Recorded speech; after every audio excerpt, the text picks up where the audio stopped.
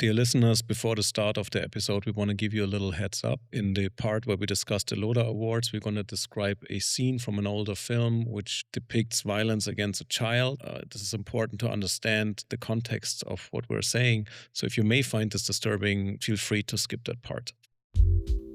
Welcome to episode 18 of the Sideletters podcast, the weekly B2B insights on film, tech, and future business in Europe, made for professionals and decision makers in the creative economy, such as you. The Sideletters is a conversation between us, three European producers, and our guests, exploring what's going on in the markets. And we share our individual perspectives on that. It's June 3rd, and we got a couple of things to talk about. Two big topics, actually. The German Lolas, which were eventful to say the least, including a controversy around Wim Wenders, who received the honorary Lola award that night, and something that's generally shaking up Hollywood right now, YouTube creators landing at the top of the box office. Both of those have a lot to say about where the creative industry are heading and what that means specifically to Europe. Plus, we'll do a quick run through the EU's upcoming tech sovereignty package and the ongoing battle between streamers and European regulators over direct investment, which, spoiler, just got a new chapter in Belgium. And we'll share our thoughts why all of this matters for the creative industry in Europe. Jennifer will be back in the next episode. Today, it's yours truly, Fabian and Massah, producer working in Berlin and Hamburg. And Joanna, Szymanska, producer working from Warsaw. So, Fabian, I don't know if you're aware, but there is a spectre haunting Europe. A spectre of direct investment. That one. Okay. Yes, that one. The other one, I think, is gone for some time. But as you mentioned, there are some very interesting developments happening around the AVMS directive. And the key question is, of course, if global platforms make more money from European audiences, how much should they put back into European films and series, and of course, on whose terms? This is no longer only cultural policy argument, it's actually a law. And it's becoming a law in many countries. And today I would like to discuss two cases, Germany and Belgium. And why these two? Because as some of our listeners might have learned, the European Commission is now assessing whether the rules that govern broadcasters and on-demand services are still applicable in the market of global streamers and global distribution platforms. If you are members of EPC or any producers guilds or artistic guilds, you might have received a questionnaire to comment and to share your perspective on the AVMS directive. And Germany is one of the interesting cases because you have just introduced a proposal and the government has proposed this streaming services reinvestment at the level of 8%. This is something we have discussed as a kind of tentative proposal in February, and now it's actually coming into action. And of course, there has been immediate backlash, and the streamers and the platforms went very strongly against it, questioning whether this will help the German industry or not. And then there's a very interesting case of Belgium, and it's not that super fresh, but I don't think it's discussed enough. In March 2026, the Belgian Constitutional Court rejected Netflix's challenge to the new audiovisual contribution system in French-speaking Belgium, in Flanders, and directed some questions to the Court of Justice of the European Union. I don't want to get very technical here, but I want to make everybody aware that these prejudicial questions are actually very important for all of us. Because once the European Court of Justice will answer them, they might become binding or guidelines for other legal system and court systems in Europe. And I think this is a very interesting case that actually the kind of analysis shows that Netflix purposefully challenged specifically the Belgian law because the Belgian Constitutional Court is known for asking the prejudicial questions. So they might have thought this is the way in to changing the European system on the higher level. And I would like to ask you, Fabian, what do you think? How do you feel about the direct investment in general? And do you feel that each country should have a different proportion of that, or should it be maybe included directly in the new AVMS? What do you think? This is so hard to answer because again we're dealing with Europe, which is on one hand has this advantage to be under a guideline that everybody can rely on to, like the AVMS, which is like tempting to do it there. On the other hand, these markets are so fragmented. You know, we made a comparison between France and Germany, and France is differently regulated than Germany and much better, I think. But you cannot really compare it. So I don't want to spoil any efforts here, to put it all under one regulation, but I think it's going to be really hard. I think this is too individual in every country, and I don't even know if Netflix is in all the EU countries. Do Well, they have? I think that they produce the content in all the national languages, but I think the volume changes, and I think it's important to underline that we don't want to single out Netflix. As I said many Yeah, times, sure. working with them was absolutely great, but they are the biggest streamer. They're the That's the biggest hunted. name. Yeah, Yeah, exactly.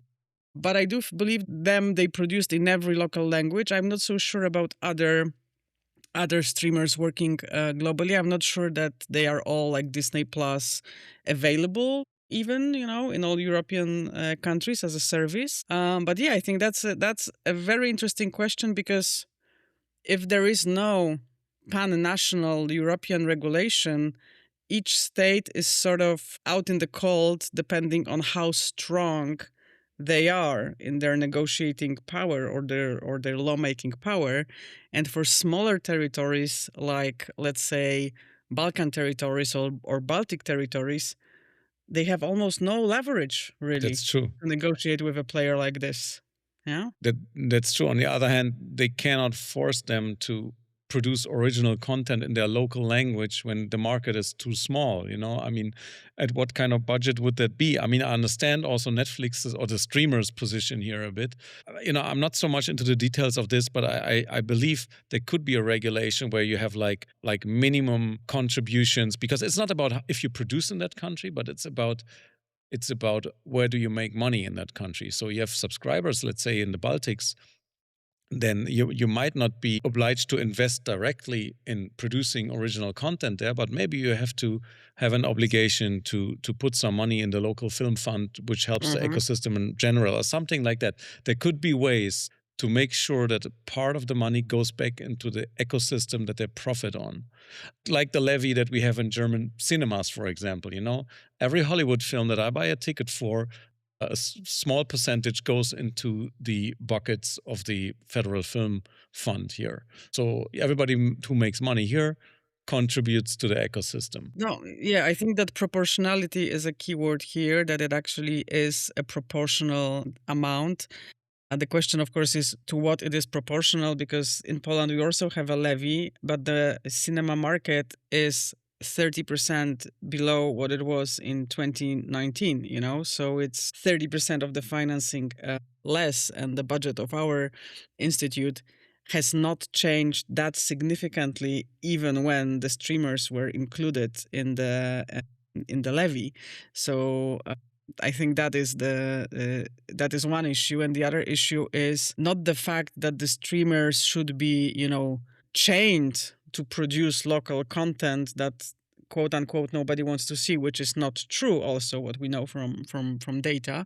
But the thing is that if they don't have an obligation, they can at one point just simply decide, well, we've sort of extracted all the talent, or we've extracted all the themes we wanted.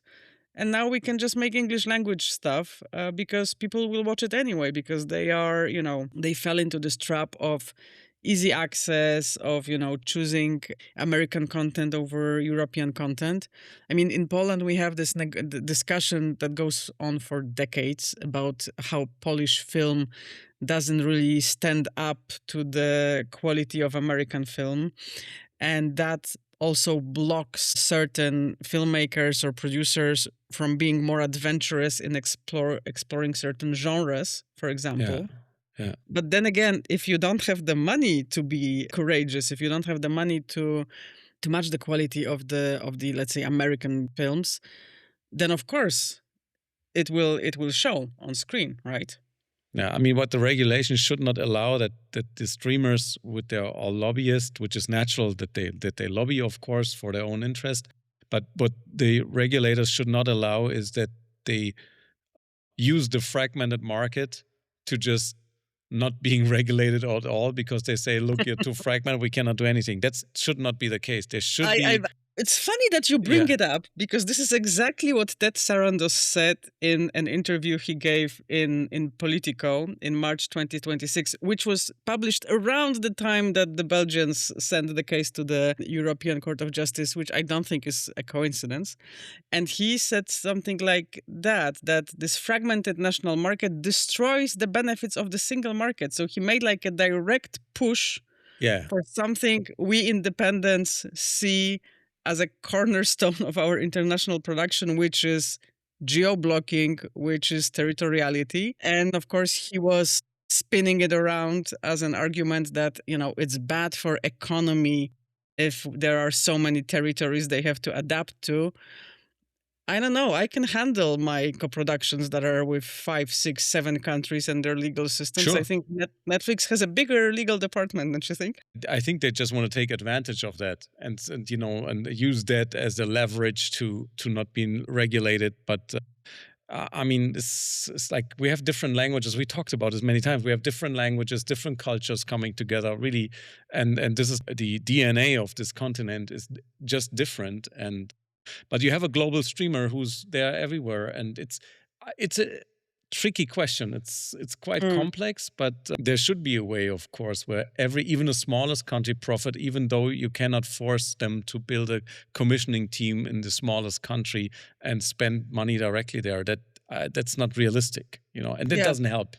Yeah, yeah, I agree. No, but I think this is a very interesting discussion that we will definitely be following. And as I said, the AVMS directive is now being under revision. There are active consultations happening right now. So it's now is the moment to actually have a say in this and to give feedback.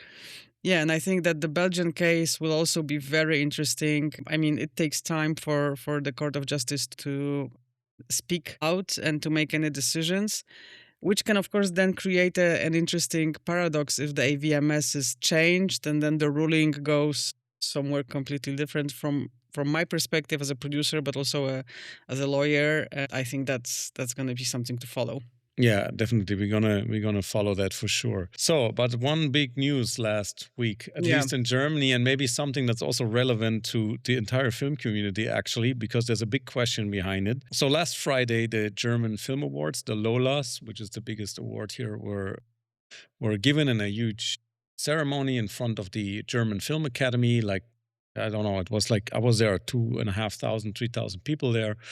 And Sound of Falling took the main award, the Golden Lola. It took all the awards they could get, like directing, Wow. script. Congratulations. It's a Yeah, very yeah, winning film. congratulations. Yeah. It's just a landslide victory. I really feel sorry for people like Fatih Akin because I love his film. It's so fantastic, but it was too overwhelming. Fatih Akin did this, you mean this German end of the war Yeah, story? Amrum. Yeah, it's a Album, yeah. fantastic film. I have to my watch list, yeah. So Yellow Letters took some awards, but Sound of Falling was really out there, and it's also a fantastic film. It's a box office hit in Germany, which everybody's surprised, and so congratulations also to the distributor Neue Vision. Really fantastic job. Can I just say something before we move to the main question you have? Yeah. I just want to give a shout out to German film. I mean, in the last couple of years, I think you guys produced some amazing stuff. Yeah, really. yeah. I think I'm also really, it's like it's getting better. Yeah. yeah, it's super interesting. Anyways, the controversy.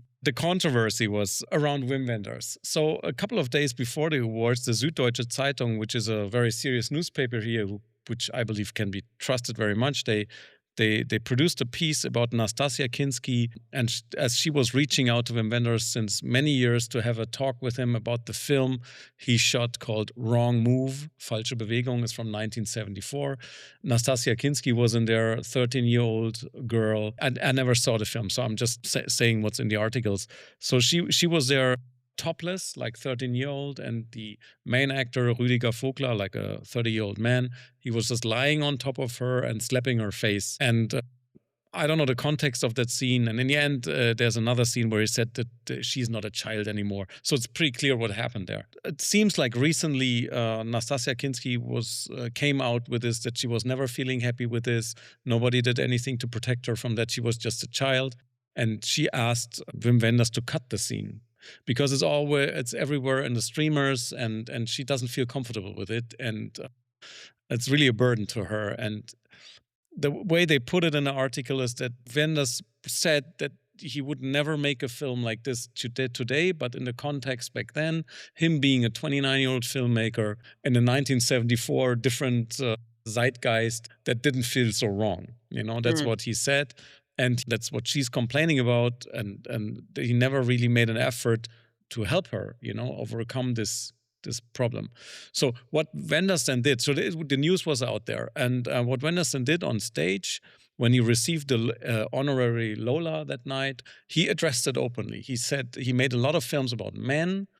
So I was there, so I'm just saying what I perceived. He said he made a lot of films about men because this is the sex that he understands best, and men questioning themselves and yada yada. But he was always felt insecure about women. And after that, he said, okay, there's this Nastassia Kinski case, and he really doesn't know how to handle it. He said that on stage. He doesn't have an answer. And he said, if he cuts that film, is that a precedence for all other filmmakers that we have to deal with? He said that on stage. In 20 years, maybe somebody will say, yellow letters, there's a problem. Why don't you cut that scene? So the question that he put out there is it a precedence? And how do we deal with our heritage in film? So, of course, there's a lot of opinions about it. And he said that Steven Spielberg once told him that he regretted to change a scene in E.T. afterwards, where he replaced machine guns. He shot it with machine guns, but then he replaced them with walkie-talkies. Anyway, so he made that comparison. I don't really agree with that comparison. I also don't think it's a precedence because it's a very individual thing to do this. And the actress is still alive. So, I mean, my take is, why don't you just cut the scene? There's just many literature about the film. So everybody knows that the scene existed and he wanted to make it that way.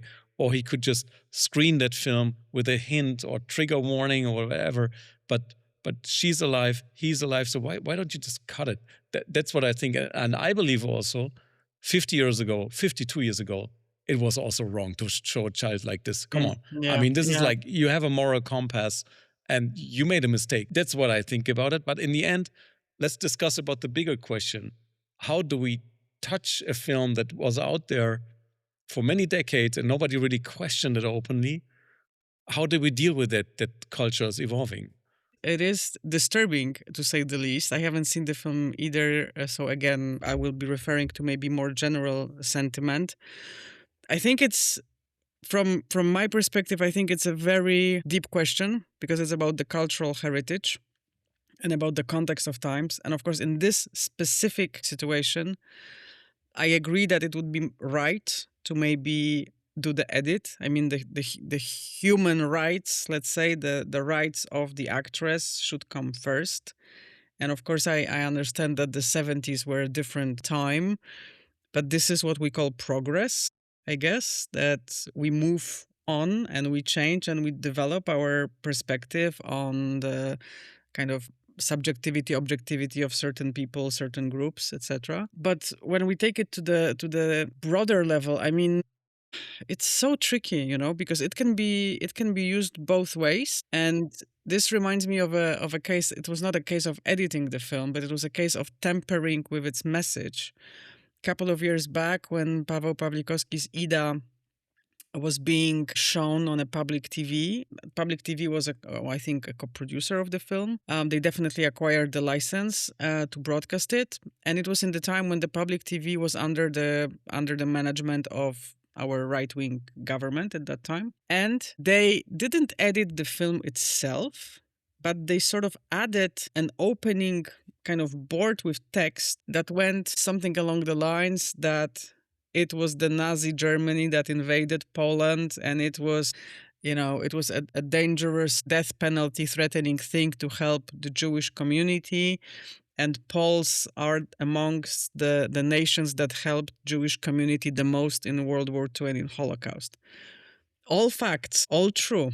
But, this is not what the film is about, if you have Yeah. seen Ida. Yeah, sure. And it actually is about challenging a very painful part of our history, and not only from the Polish perspective, but also from the Jewish community perspective, about the fact that not only Polish people have not always helped the Jewish community. Sometimes they really acted in a terrible, horrible way. And that is the message of the film, that, war and the context of it can really push you to do terrible things. And then in revenge, it can also make you a person who, even though she can take her revenge, she feels kind of, well, burnout is maybe not the best word, but it's like she feels shallow and empty and feels that she cannot hold the burden of what was happening to her and her family.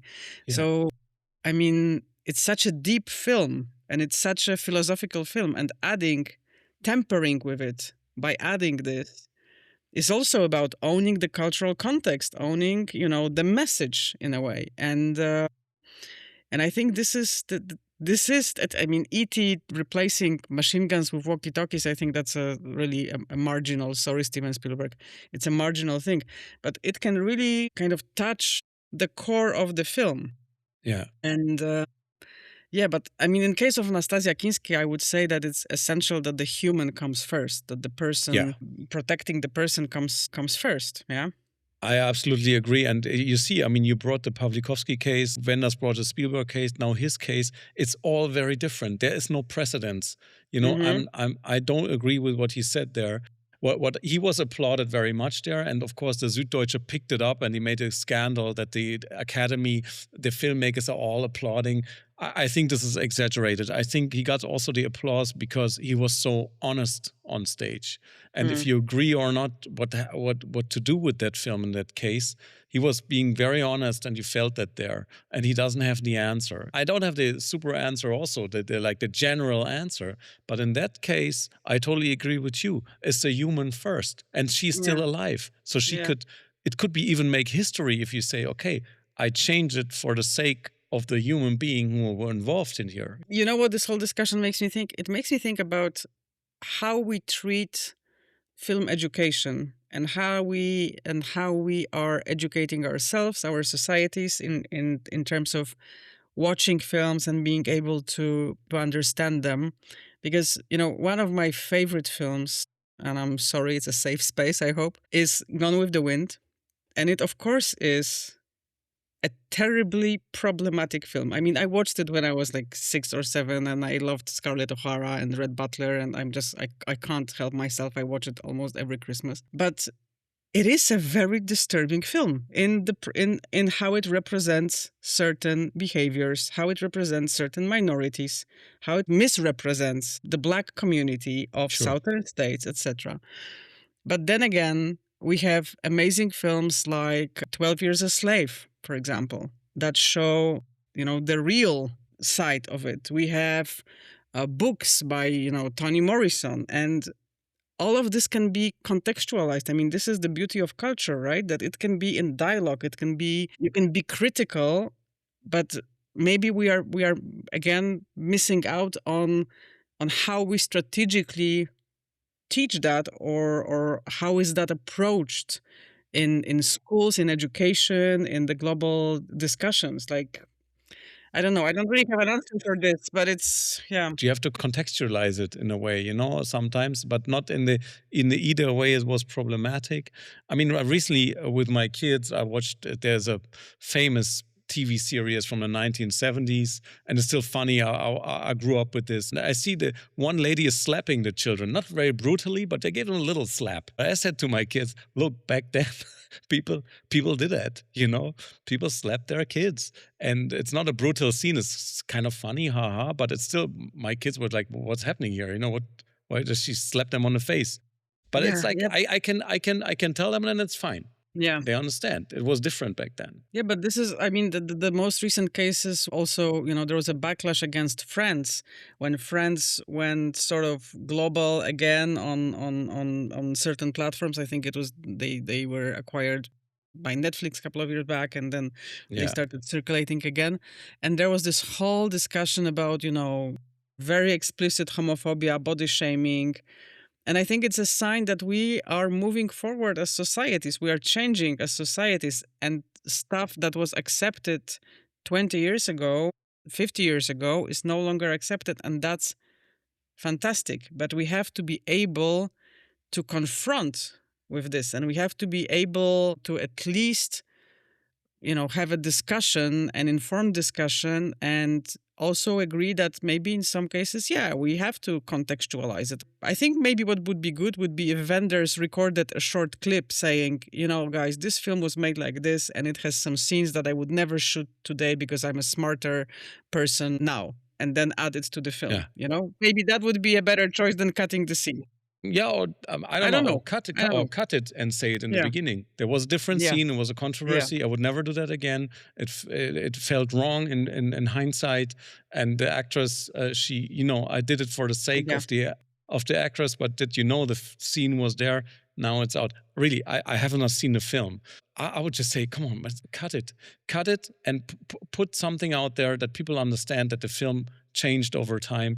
And it's an exception. It's not a precedence, Yeah. for Yeah. anything. It's But always an individual thing. to give Wim Wenders a kind of positive example, Andrzej Wajda in The Promised Land, one of my favorite Polish films, there was this extended sexual scene between Kalina Jędrusik and Daniel Olbrychski, very hot, very steamy, also very, I would say, vulgar, but it represented the characters and their passion, etc. And when he was re-releasing the film in early 2000s, he decided he wants to cut it out because he feels it's no longer, he didn't use the word proper, but it said like, it didn't work with my sensibility anymore. And back then, we had a discussion about why he is ruining his great film. And now, in hindsight, I'm like, but actually it was very respectful of the actress because he really cut away these fragments when she was being objectified, she was turned into this sexual creature, and it wasn't giving the justice to the character. So yeah, I'm thinking, but it's a very individual thing. It depends on the film. It depends on the people. And he did it himself as a kind of act of redoing the film. It's not the case that everybody can come out any corner and say, I want this to be cut and here and there. It's really, and she's a kid and she got exposed and she's not feeling good with that. Yeah. So from the past, now look at the present. Yeah, and the now future, let's look maybe. at the filmmakers who are not cutting anything. Yeah, exactly. Or they're cutting the money now, they're cutting into the money. So let's look across the Atlantic, but with our very European lens, because what's happening at the US box office right now is really historic, and it has a direct implications on how we think about talent, how we think about distribution and audience development also here. And so in short, a 20-year-old young director named Kane Parsons with this YouTube handle, Kane Pixels, just directed the #1 film in America, Backrooms, from A24. It opened to over 81 million domestically on the first weekend. And that's the biggest debut ever for a horror film that is not a sequel or based on a book. And the concept started as a single creepy photo on 4chan in 2019. So that was the IP, so to say. A photo of an empty corridor, yeah. Yeah, exactly. And it's just not Backrooms. It's Obsession, another film, which was just shot for $750,000, directed by 26-year-old Curry Baker, TikTok and YouTube creator as well, film school dropout. Has now grossed over $100 million at the US box office.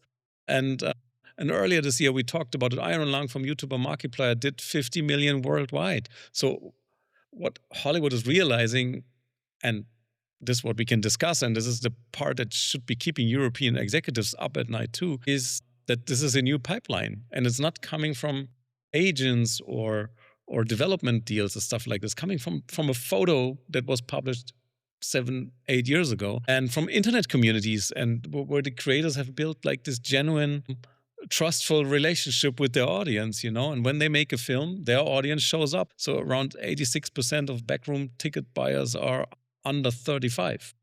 And yeah, Gen Z is going to the cinema. I can totally confirm this because in my company, I work with people who are much younger than I am. And as we record this episode, they are watching Obsession. They even invited me to come, and I was like, oh no, I'm recording the Sideletters, sorry guys. But I'm gonna watch it anyways, and I'm gonna watch Backrooms. Yeah, but do you think that we have a European equivalent of this? Should we go on and look out for YouTube, TikTok, European local creators? Could that work in our system? What do you think, Fabian? That's actually the big question. I was asking that myself also. Where are these creators here? Because when I think about the creators that I find here in Germany, I don't find there's a cinematic angle to that in a way, you know. And in the US, you might find because maybe it's deeper in the culture, this kind of film and eeriness and create tension around something. I'm sure it's here also, but it's maybe not a huge phenomenon. I don't Mm. know. I believe many people are looking out right now. Where are these creators? And maybe we adapt that and make it this phenomenon out of this, and then we make a movie. But what I find interesting is the number one thing that everybody was thinking about was IP. When I adapt a book or something, then it brings the audience with it. Now the people who bring an audience with them, and they can have the stupidest idea about just shooting an empty room, but they bring an audience who kind of likes this, Yeah, and I but can make a film out of this. the cast of Backrooms is really stunning. So for a 20-year-old director, that's wow. I just want to say that this is a very tricky thing because I think that the US has a completely different mindset when it comes to being entrepreneurial and also to working independently. And in both these films, again, I still have to see them, but from what I read about them and from what I hear from people who watch them, they just have a very simple idea that it's executed well, and they don't have these elaborate kind of multi-layered deep psychological narratives, etc. They are fun to watch, even though if they are sort of horror-ish, thriller-ish, they are fun to watch. And I think that in the US there is this mindset of just going out and shooting a film, what something I call Sean Baker mindset. And they have a huge tradition of that, of independence, being financed by private equity, risking some money in order to win big bucks.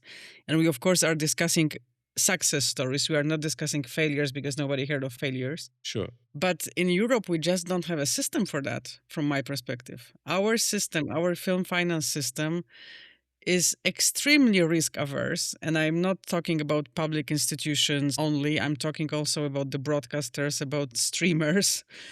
It's extremely risk averse, and it takes months. It takes months to have a film financed. And I think in both of these cases, it was more of a, guys, let's get together, let's shoot it. 20 Not days. really, not really. I understand what you say, but in this case, Okay. what I heard, like Backrooms was in the making around 2 years, and of course, getting open slot in Renate's schedule or Chiwilta's schedule is like really hard. I guess A24 helped also a lot to bring this cast together. Peter Chernin produced Coriados, and so there's something built around this, and they built a set in Canada, and the film cost 10 million. So Yeah. Backrooms was not a $750,000 Yeah, movie. but then the question is that the creator, I understand, had an idea. Yeah. There was somebody in the old system, quote unquote, the old system, who trusted them and was Believing like, in them, exactly. Yeah. let's do it. And then went around and said, okay, we need an A-level cast for this to make sense. Exactly. And then we can shoot it in Canada, use the tax incentive, etc., etc. But let's make this thing that's unprecedented Exactly. and just try it. We raise this 10 million, and it's a risk, but we try it. That's And I mean, different. who has the capacity to do it in Europe? I mean, on such scale, I'm not sure. I think on the scale of Obsession, that would be more doable because that's the budget of a debut film in like low budget debut film in Poland. But then again, I think in our European system we have these prestige level gatekeepers. You said that Carrie Baker is a film school dropout. Yeah. And I think in our European system, if you're a dropout from film school, I'm not sure that the, again, quote unquote, old system will look at you favorably. You never graduated, you haven't done it. I think that the question is also about the film schools and how we educate young filmmakers. What's our offer? I speak from an educator's perspective, academic perspective. Like, what's our offer for film students today? Yeah. Do we encourage them? I hope I sincerely hope I do.